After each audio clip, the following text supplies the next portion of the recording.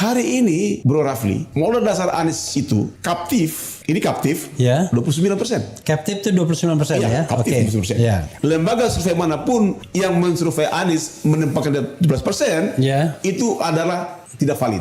Itu Anies, suara kaptif Anies 29%. Oke, captive-nya 29%. Ya. Oke. Jadi lembaga survei mana yang survei apa di 7% itu hanya untuk mengalihkan perhatian. Tapi Ya. di kaptif suara Anies itu 29%. Dan menurut Anda 24% itu didapatkan di daerah mana aja rata-rata? Kita dapatkan Jawa Tengah, Jawa Tengah, oke. Jawa Timur, Jawa Timur, Sumatera Utara. Sumatera Utara. Tiga itu aja cukup. Oke, dengan 3 itu saja cukup ya? Cukup ya.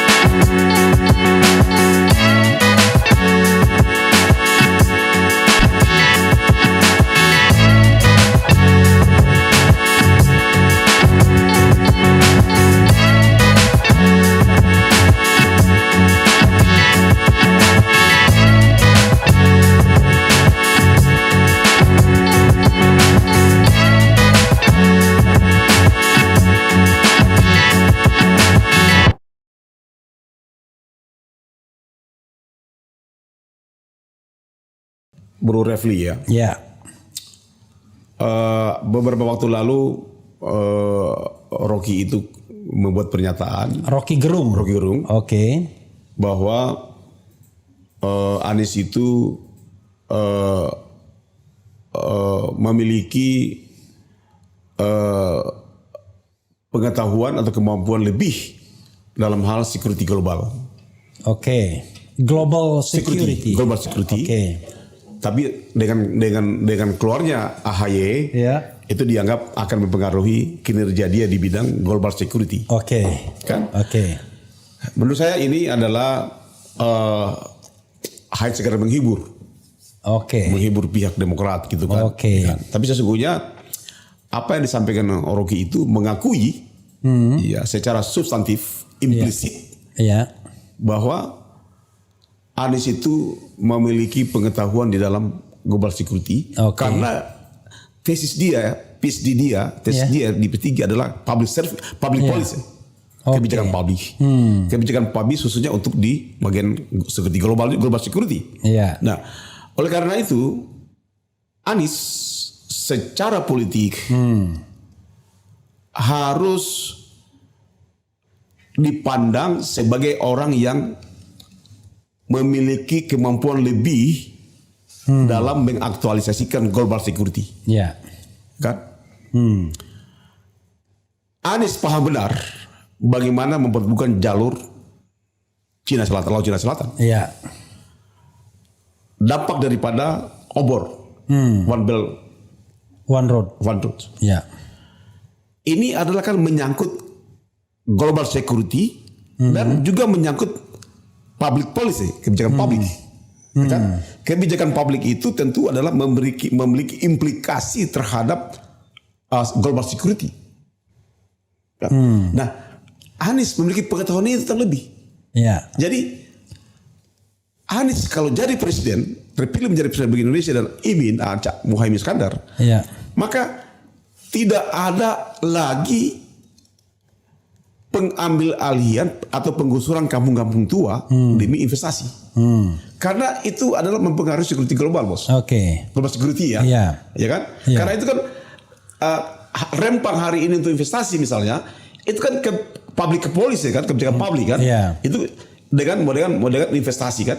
Tapi saya ingin mengatakan, Bro Refli, bahwa Anies ini udah lulus soal itu.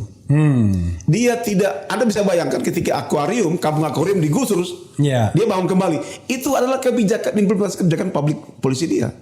Bahwa akuarium itu juga akan melahirkan masalah security global kan? Global security kan? Iya kan? Nah, oleh karena itu soal pengetahuan tataran kualitas implementasi dalam kebijakan publik atau public policy untuk melahirkan global security, Anies memiliki pengetahuan lebih soal itu. Ya kan? Oleh karena itu, kalau Anies jadi presiden, maka tidak akan lagi ada investor lokasi investasi dengan menggusur kampung. Dengan menghilangkan tumpah darah masyarakat. Karena ya tanah tumpah darah masyarakat. Jadi investasi itu kan kriterianya ada 3. Pertama adalah harus dekat bahan baku. Yang kedua tidak boleh mengganggu sosial. Dan yang ketiga adalah harus itu bermanfaat bagi masyarakat. Kan? Nah, ini tidak akan terjadi di era Anies. Ya, jadi tidak akan ada lagi pemindahan kampung, pengambilan lahan-lahan masyarakat untuk investor, untuk investasi. Saya kira itu Anies paham itu. Karena itu juga menyangkut global security ya. Karena itu juga menyangkut public policy kan. Karena public policy akan melahirkan dampak daripada global security itu sendiri kan. Ya itu keyakinan kita ya. Tapi tadi pertanyaan saya adalah, kan Bro bicara tentang menang 1 putaran. Itu lalu kemudian upaya KIB mana? Saya ke sana. Saya ke sana. Jadi Bro Refli, KIB ini lahir untuk mengawal Anies sejak awal. KIB ini mendeklarasikan Anies ketika partai-partai politik belum ada yang mendeklarasikan Anies. Jadi Go Anies dari Golkar yang pertama mendeklarasikan Anies, baru P3, itu Forum Kawan Bangun, baru PAN namanya Amanat Anies. Nah, Amanat Anies itu dia deklarasikan setelah partai-partai mengusung Anies. KIB ini isinya adalah orang-orang insan-insan atau unsur-unsur partai politik yang non struktural. Nah, kami bekerja untuk memenangkan Anies. Kami bekerja sejak April 2022 sampai hari ini. Ya kan? Jadi kami sudah paham peta lapangan. Ya. Dulu waktu masih digadang-gadang sama AHY itu mendorong Anies agak berat di Jawa Timur. Di Jawa Tengah kita dorong juga agak berat. Di luar Jawa nggak ada masalah. Tapi Jawa Timur, Jawa Tengah dorong Anies ketika isunya Anies sendiri yang belum ada caiminnya, itu kita dorongnya agak berat. Agak berat. Bahkan ada pesantren yang kita masuk, wah di sini Caimin misalnya, dia tidak menerima Anies. Itu Jawa Timur berat, ada pesantren begitu. Nah, tetapi hari ini kami melakukan lapangan, itu lebih mudah mendorong di Jawa Tengah dan di Jawa Timur ketika Anies memutuskan berpasangan dengan Abdul Muhaimin Iskandar.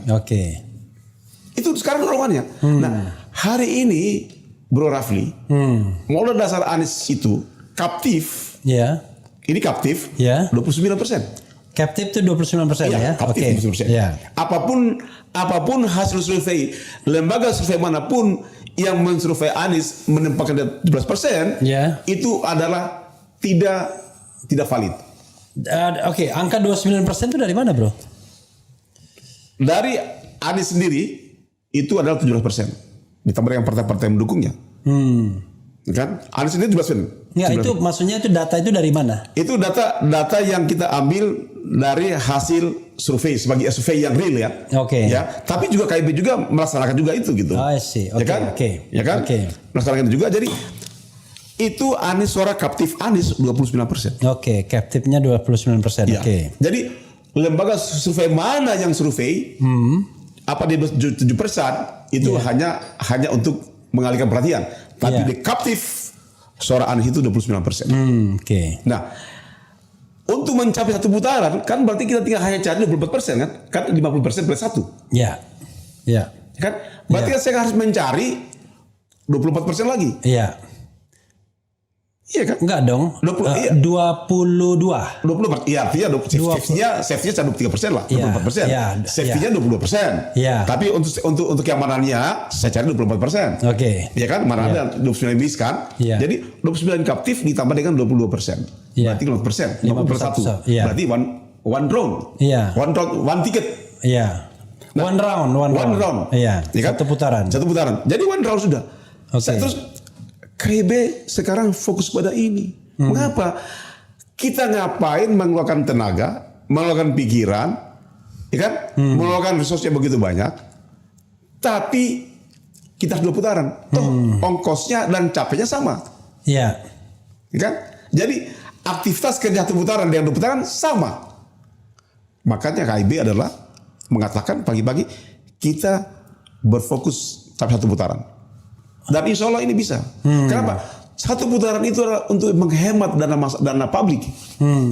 Untuk menghemat dana APBN. Iya. Kalau 2 putaran kan banyak. Karena rakyat di bawah sekarang menunggu perubahan. Lebih cepat lebih bagus perubahan itu terjadi.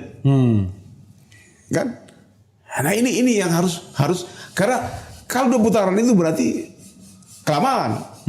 Ya berarti negara tambah lagi biaya kan. Cetak suara lagi kan. Ya tapi perspektifnya jangan biaya. Kalau biaya nanti orang bilang kembali kepada Undang-Undang Dasar 45 tidak perlu ada pemilihan presiden. Bukan nanti untuk kita bicara untuk praktis sekarang kan. Oke. Ya, kita bicara untuk sekarang. Jadi sekarang itu. Ya bukan perspektifnya biaya, perspektifnya Anies lebih menang, lebih cepat, lebih baik iya, kan. Anies lebih cepat, menang lebih cepat lebih bagus. Ya, 1 putaran. Oke. Karena kenapa? Karena masyarakat menginginkan cepat ada perubahan. Oke. Ya kan? Nah, Mengapa ini masyarakat menginginkan ada perubahan cepat dan Anies orangnya dan Caimin orangnya, Anies Rashid Baswedan ini telah menjadi kebutuhan nasional.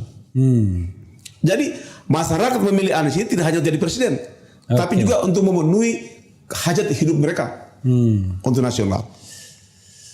Ini. Oke bro, jadi Anda yakin betul bahwa 1 putaran itu akan tercapai ya, karena captive-nya 29%. Cukup kemudian senggol-senggol 24% lainnya. Ya. Dan menurut Anda 24% itu didapatkan di daerah mana aja rata-rata? Kita dapatkan Jawa Tengah. Jawa Tengah, oke. Jawa Timur. Jawa Timur. Sumatera Utara. Sumatera Utara. 3 itu aja cukup. Oke, dengan 3 itu saja cukup ya. Cukup ya. Oke, ini pemetaan yang dibuat KIB ya. Ya, itu yang kita buat sekarang. Makanya sekarang KIB itu adalah melakukan penetrasi ke basis-basis elektoral. Oke. Ya kan? Oke. Ya, jadi misalnya ada mahasiswa yang suka Anies, itu yang kita jadikan sebagai basis elektoral. Oke. Jadi mereka menjadi influence ke elektoral. Karena apa? Karena kami pun juga untuk memonitor agar caleg-caleg dari partai pendukung ini itu harus memilih anggota partai, memilih calegnya juga harus satu paket dengan capres. Tidak boleh dipisah. Oke. Nah ini yang kita monitor juga. Oke, dan ini sekali lagi Caimin itu ada blessing ya, ada sesuatu rahmat ya. Blessing, rahmat dan lokomotif. Oke. Kan?